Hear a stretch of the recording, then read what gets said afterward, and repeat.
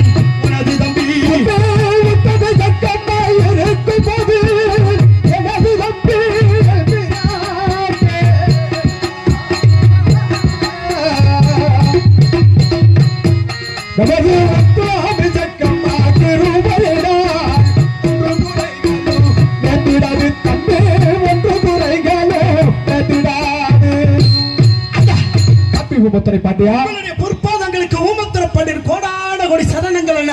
தம்பி ஊமத்துறை பாண்டியா, நான் தேவி சக்கமாரில் வென்று பல்லாண்டு காலமாக வாழ்ந்திருப்பேன். அப்படி ஆகட்டும். ஆகட்டும் தம்பி, ஆகட்டும் தம்பி. அல்ல, நான் அந்த உச்சார கொட்டல் மலையில் இருக்கும் பொழுது என்னை அழைத்த காரணம் சீக்கிரமாக தெரிவிக்க வேண்டுமா? தம்பி ஊமத்துறை பாண்டியா, தாங்களை அழைத்த விவரத்தை இதை தெரிவிக்கின்றேன். கவனமாக கேட்க வேண்டும். என்னவென்றால் நமது மாமா பட்டத்துறைக்கு தெரிவித்த பிரகாரம் சரி, நமது மத்தியில் சிறந்த மந்திரியோ 40 தினங்களோ அல்லது 48 தினங்களுக்குள் நம்மளுடைய பாஞ்சால குறிச்சி கோட்டைக்கு வந்து சேர்ந்து வராது என்று தெரிவித்தார் அல்லவா? நிச்சயமாக. அதன்படி அண்ணபுரோ நமது பாஞ்சால குறிச்சி கோட்டைக்கு வந்து சேர்ந்து விட்டான். மந்திரி வந்து விட்டான். உண்மைதான். அண்ணபுரோ வந்தது பராமரிதமாக அண்ணவனுடைய மகன் சிவசுப்பிரமணியனுக்கு காதுகுத்து திருமண கோலவர் நடத்த வேண்டும் என்று என்னிடத்திலே பொன்பொருள் வேண்டும், நெல் இவைகள் எல்லாம் வேண்டும் என்று கேட்டார். சரி, அண்ணவனுக்கு நான் தெரிவித்தேன். சரி, இப்பொழுது இருந்த நெற்கள் எல்லாம் என்னுடைய வளர்ப்பு மகன் பகதூர் வெள்ளையத்தேவன் திருமணத்திற்கு செலவாகிவிட்டது. இந்த வருடம் இருந்து அடுத்த வருடம் நடத்திக் கொள்ளலாம் என்று தெரிவித்தேன். ஆனால் மந்திரியோ விட்டபடியால் இல்லை.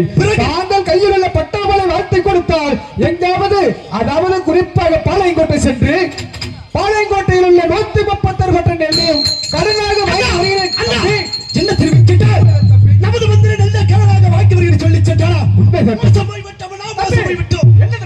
நமது மந்திரி என்னிடம் இளைய பாண்டியர் பாளையங்கோட்டை செல்ல வேண்டும், 136 நெல் பற்றியும் கொள்ளையடிக்கப்பட்டு தெரிவித்தார். அதற்கு அடையாளமாக தாங்கள் கையில் உள்ள பட்டாவளை காட்டினார். அதற்கு பிறகு 1000 கம்பளம், 100 வரிவாரம், 66 போர்ப்படை வீரர்கள் மந்திரி அனுப்பிவிட்டனர்.